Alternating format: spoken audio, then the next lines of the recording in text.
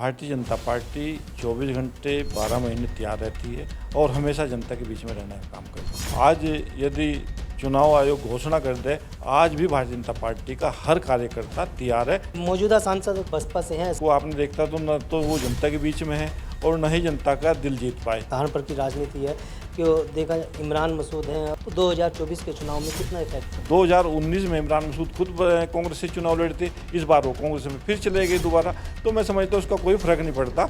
UP विभाजन के एक बार फिर मांग उठने लगी है। भारतीय जनता पार्टी का बयान नहीं है, वो कुछ भी भारतीय जनता पार्टी इसके पक्ष में नहीं है और जरूरत भी नहीं। जब से आदरणीय मुख्यमंत्री आदित्य योगीनाथ जी मुख्यमंत्री प्रदेश के बने, तब से विभाजन की मांग खत्म होगी। जो मौजूदा विधायक हैं वहाँ पर समाजवादी पार्टी उमर अली खान, उसको कहाँ देख? वर्तमान जो जनप्रतिनिधि है वो तो साइलेंट है, वो तो चुप है, वो तो क्षेत्र में नहीं जा रहा है, जनता में के बीच में नहीं जाना चाहता।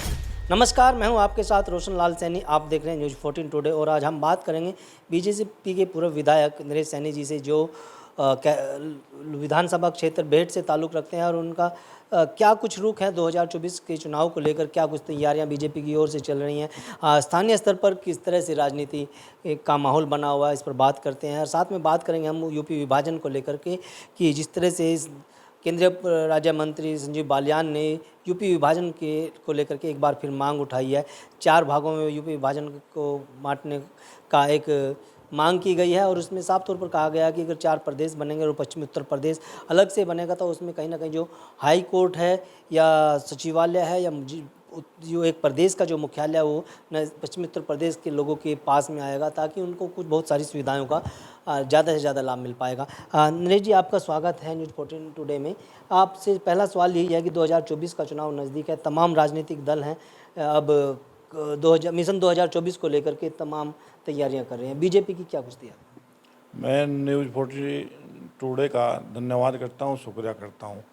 बात जो आपने कही कि क्या तैयारियां हैं, भारतीय जनता पार्टी 24 घंटे 12 महीने तैयार रहती है और हमेशा जनता के बीच में रहने का काम करती है।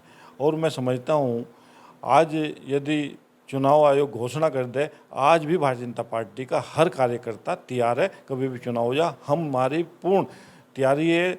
जिले से लेकर शक्ति केंद्र, मंडल शक्ति केंद्र और हमारा बूथ तक हमारा कार्यकर्ता पूर्ण रूप से तैयारी कर चुका और हमारी तैयारी चल रही है। अगर हम बात करें, चाहे वो विधानसभा क्षेत्र हो चाहे वो लोकसभा क्षेत्र हो, तो सहारनपुर नंबर 1 सीट लोकसभा क्षेत्र है, बेहट नंबर 1 विधानसभा क्षेत्र है, या यूँ कहें कि सहारनपुर से लखनऊ का रास्ता जाता है और लखनऊ से दिल्ली का रास्ता तय होता है और दिल्ली के चुनाव यानी संसद का चुनाव होने जा रहा है। तो किस तरह से आप देखते हैं इस चुनाव? ये बात सही कही, क्योंकि बेहट से लखनऊ का जाता है और सहारनपुर लोकसभा से दिल्ली का रास्ता जाता है। पिछली जो 19 और 22 की बात करूं, 19 में हम लोग बीजेपी के सांसद नहीं बना पाए और बेहट से भी हम विधायक नहीं बन पाए।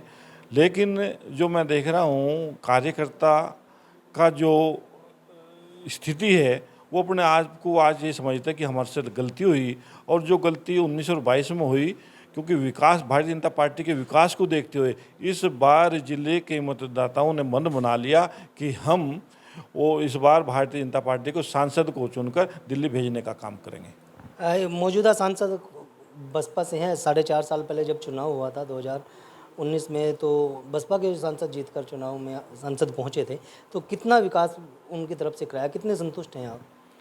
देखो, भारतीय जनता पार्टी का तो सांसद नहीं जीता था, लेकिन जो वर्तमान सांसद हैं वो बसपा से सांसद चुन के गए। लेकिन जनता में उनके कार्यकलाप को आपने देखता तो न तो वो जनता के बीच में है और न ही जनता का दिल जीत पाए, और उसी का हमें इस बार 2024 में लाभ मिलेगा। क्योंकि यदि वो जनता के बीच में होता, जनता हमारे साथ ना चलती। मैं अभी हमारे क्षेत्र में बादशाही बाग नदी का पुल का शिलान्यास माननीय मंत्री जी ने किया। जब मैं वहाँ गया तो जो लोग बसपा को वोट देने वाले थे वो उस दिन हमारे साथ खड़े हुए थे, और लोग सहारनपुर की जनता ने तय कर लिया इस बार हम सहारनपुर से बीजेपी का सांसद को जीता कर ही भेजने का काम करेंगे। कितना विकास कार्य आप देख रहे हैं सहारनपुर में, जब से, चाहे वो उत्तर प्रदेश में बाबा योगी की सरकार रही हो या फिर 9.5 साल का कार्यकाल अब केंद्र में मोदी सरकार का हो गया? देखिए, 9.5 साल हमारे आदरणीय प्रधानमंत्री नरेंद्र मोदी जी के कार्यकाल को, भारतीय जनता पार्टी के कार्यकाल को होगा। और उस समय जब नेशनल हाईवे और एक्सप्रेसवे के क्या हालात थे, आज के समय में क्या हालात हैं। दिल्ली से सहारनपुर का उस समय 2014 से पहले समय लगता था 8 घंटे और आज समय लगता है केवल 2.5 घंटे। ये आदरणीय नरेंद्र मोदी जी की, हमारे गडकरी जी जो मंत्री हैं, परिवहन मंत्री, तो उनका ही काम है। उन्होंने जो सड़कों का निर्माण और जो क्वालिटी देने का काम किया, मैं समझ गया हूँ पूरे देश नहीं विदेशों में उनके नाम की चर्चा है, जो इस तरह का उन्होंने काम करा। अगर हम स्थानीय मुद्दों की बात करते तो सहारनपुर के मुद्दे हैं या सहारनपुर की राजनीति है कि वो देखा इमरान मसूद हैं, अब पहले वो कांग्रेस में रहे, सपा में आए, सपा से बसपा में आए, फिर बसपा से निष्कासन के बाद अब कांग्रेस में जा रहे हैं, तो 2024 के चुनाव में कितना इफेक्ट कर पाएंगे? देखिए 2019 में जो स्थिति थी वो स्थिति 2024 में बन जाएगी। 2019 में इमरान मसूद खुद कांग्रेस से चुनाव लड़े थे, इस बार वो कांग्रेस में फिर चले गए दोबारा, तो मैं समझता हूँ उसका कोई फर्क नहीं पड़ता और निश्चित तौर से इस बार भारतीय जनता पार्टी के सांसद जीत के जाने का काम होगा। बीजेपी से अभी तक कोई नाम डिक्लेयर नहीं हो पाया है और कैंडिडेट को लेकर आप किस तरह का कैंडिडेट की उम्मीद लगाएंगे कि पार्टी अच्छा, क्योंकि राघव लखनपाल हैं, चुनाव पिछले बार हार चुके थे, कहीं ना कहीं वो भी प्रयास कर रहे हैं और तमाम लोग हैं जो प्रत्याशी के तौर पर अपने आप को प्रस्तुत करने की कोशिश कर रहे हैं, दावेदारी कर रहे हैं। देखिए भारतीय जनता पार्टी का पहले से ही एक सिस्टम है, वो कमल के फूल के नाम पर तैयारी करती है। कमल का फूल जो भी लेके हमारे शीर्ष नेतृत्व भेजेगा, हम उसको चुनाव लड़ाने का और जिताने का काम करेंगे। और मैं समझता हूँ कि आज तक कोई सा भी चुनाव हुआ, चाहे मेरा विधानसभा का चुनाव था, किसी ने नहीं पता था कौन प्रत्याशी आएगा, लेकिन भारतीय जनता पार्टी के कार्यकर्ता ने तैयारी कर रखी थी और उसको बड़े मजबूती से चुनाव लड़ा। इस बार लोकसभा का भी यही बात है, जो भी शीर्ष नेतृत्व है कमल के फूल को लेकर भेजेगा, कमल के फूल पर तैयारी चल रही है और कमल के फूल को लाने वाले का काम सहारनपुर की जनता जिताने का काम करेगी। चर्चा ये भी है कि कोई सैनी समाज के नेता भी इसमें टिकट की दावेदारी कर रहे हैं सहारनपुर बीजेपी से। देखिए ये लोकतंत्र है और भारतीय जनता पार्टी भी मैं समझता हूँ कि लोकतांत्रिक तरीके से अपने प्रत्याशी को, मैं भी हूँ चाहे कोई भी है, अपना आवेदन कर सकता है। और कोई सैनी समाज के लोग कर लें, चाहे गुजर समाज के लोग कर लें, चाहे अदर समाज के लोग कर लें, सभी लोगों ने आवेदन करना चाहिए और आवेदन के बाद पार्टी जिसको टिकट लेके भेजेगी उसको सब लोग उसे जिताने का काम करेंगे, उसे लड़ाने का काम करेंगे। यूपी विभाजन की एक बार फिर मांग उठने लगी है, उसको किस तरह से देखते हैं? केंद्रीय मंत्री संजीव बालियान ने मांग की है मुजफ्फरनगर से कि यूपी को 4 भागों में बांटा जाए और पश्चिमी उत्तर प्रदेश को खास तौर पर अलग किया जाए। मैं भी अखबार के द्वारा ही पता चला कि बालियान जी ने एक अपना बयान दिया। मैं समझता हूँ कि जो बयान बालियान जी ने दिया, उन्होंने कहा ये मेरा स्वयं का मेरा बयान है, न कि भारतीय जनता पार्टी का। भारतीय जनता पार्टी का बयान नहीं है, वो कुछ भी दे सकते हैं बयान, उनका अपना बयान है, उन्हें दे दिया। और जहाँ तक मेरी समझ की बात है कि भारतीय जनता पार्टी इसके पक्ष में नहीं है और भारतीय जनता और जरूरत भी नहीं, जब से आदरणीय मुख्यमंत्री आदित्य योगीनाथ जी मुख्यमंत्री प्रदेश के बने, तब से विभाजन की मांग खत्म होगी और हर आदमी अपने आप को सुरक्षित महसूस करता है, विकास की दौर में जुड़ा हुआ है।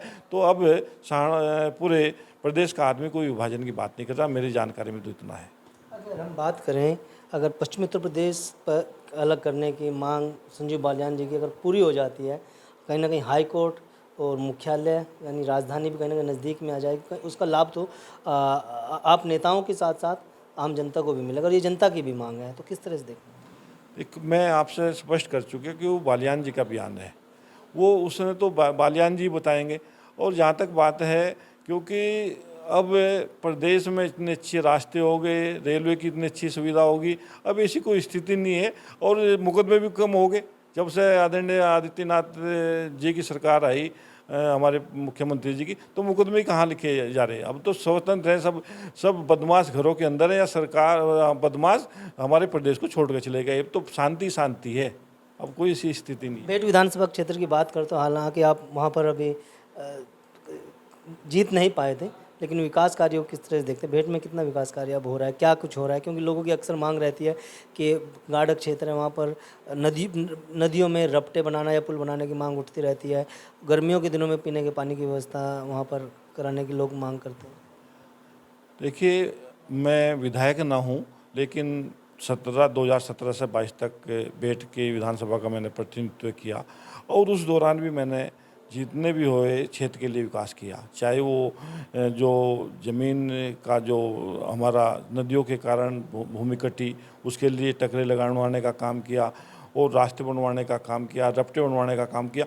और अब ठीक है, मैं विधानसभा में बात नहीं उठा सकता, आवाज़ नहीं उठा सकता, लेकिन अब मैं आदरणीय मुख्यमंत्री जी के द्वारा अपने लोक निर्माण मंत्री जितिन जी के द्वारा, राज्य मंत्री लोक निर्माण मंत्री कुंवर ब्रजेश जी के द्वारा अपनी मांग को उठवा रहा हूँ और वो उसका परिणाम भी मिल रहा है। अभी हिंडन हमारे बादशाही बाग नदी का शिलान्यास हुआ और हिंडन नदी का अभी मिट्टी का प्रशिक्षण चल रहा है और नूर भरावड़ में भी जो पुल था, जो सदियों पुराना पुल था, वो अधूरा पड़ा था, उस पर भी काम लग गया है। तो मैं समझता हूँ कि अब विकास में वर्तमान जो जनप्रतिनिधि है वो तो साइलेंट है, वो तो चुप है, वो तो क्षेत्र में नहीं जा रहा है, जनता में के बीच में नहीं जाना चाहता। लेकिन हम सरकार अपना दायित्व निभा रही है, सरकार विकास की कड़ी में किसी भी क्षेत्र को अधूरा नहीं छोड़ रही है और वो सामने भी आ रहा है आप लोगों को। आखिरी सवाल है, जो मौजूदा विधायक हैं वहाँ पर समाजवादी पार्टी के उमर अली खान, उसको कहाँ देखते हैं उनके इस 1.5 साल के कार्यकाल को? ये जो हुआ है 2022 से अब तक का, कितना विकास कार्य उनके द्वारा कराया जा रहा है, जनता के बीच कितने जा रहे हैं? क्योंकि आप भी क्षेत्र में हैं और कहीं ना कहीं वो भी, उनके भी लोगों के द्वारा कुछ ना कुछ शिकायतें या फिर फरियाद को आपके पास आती हैं। देखिए, जब से चुनाव हुआ 2022 से, इस बीच में उमर अली जी ने एक भी बयान नहीं दिया जनता के विकास के लिए और जनता के काम के लिए, और ना ही वो क्षेत्र में जा रहे। वो तो क्षेत्र में बड़ी चर्चा उनकी है, वो कहाँ है कहाँ नहीं। अब मैं नहीं समझता वो, उन्होंने, क्योंकि जनता ने विश्वास करके उन्हें जिताया, वो जनता के बीच में रहे, लेकिन वो काम नहीं करना चाहते और काम ना करने की वजह से वो अपने, ये तो लखनऊ दिल्ली की बात करते हैं। जब भी कोई मेरे पास तो उनके क्षेत्र का लोग आते हैं, जो जिन लोगों ने उनसे वोट दी, वो ये कहते हैं कि हम तो उनसे असंतुष्ट हैं। देखिए, ये थे हमारे साथ बीजेपी नेता नरेश सैनी जी, जो पूर्व विधायक भी हैं। इन्होंने न्यूज़ 14 टुडे से बातचीत में साफ कर दिया है कि 2024 का होने वाला जो लोकसभा चुनाव है, उसमें पूरी तरह से बीजेपी के कार्यकर्ता तैयार हैं और यूपी विभाजन पर जो संजीव बालियान ने अपना बयान दिया है, वो उनकी अपनी निजी मांग है, निजी बयान है, उसको लेकर के ज़्यादा कुछ नहीं कहा इन्होंने। और साफ तौर पर ये भी कहा कि जो जब से उत्तर प्रदेश में योगी बाबा की सरकार बनी है या केंद्र में पीएम मोदी की सरकार बनी है, तो सड़कों का खासा तो यहाँ पर कार्य कराया गया है। चाहे वो बरसाती नदियों में रपटे बनाने का काम हो, नदियों पर पुल बनाने का काम हो, या फिर अन्य सड़कें बनाने का काम हो। तो गाँव, जिस बेट क्षेत्र में जिस तरह से गाड़ का क्षेत्र है, वहाँ पर पीने के पानी की व्यवस्थाएं नहीं थी, वहाँ पर बड़ी संख्या में पानी की टंकियों का भी निर्माण कराया जा रहा है। हालांकि इनका ये भी कहना है कि जो मौजूदा सपा विधायक हैं उमर अली खान, वो अपने क्षेत्र से कहीं ना कहीं देखा जाए तो वो नदारद दिखाई दे रहे हैं। ये लोगों का इनके पास आकर कहना है। यह खबर आपको कैसी लगी कमेंट बॉक्स में जरूर बताएं। अगर आप ये खबर फेसबुक पर देख रहे हैं तो वीडियो को लाइक करके पेज को फॉलो करें। इसके अलावा अगर आप इस खबर से यूट्यूब के जरिए जुड़े हैं तो चैनल को सब्सक्राइब करके बेल आइकन दबाना बिल्कुल ना भूलें। नमस्कार।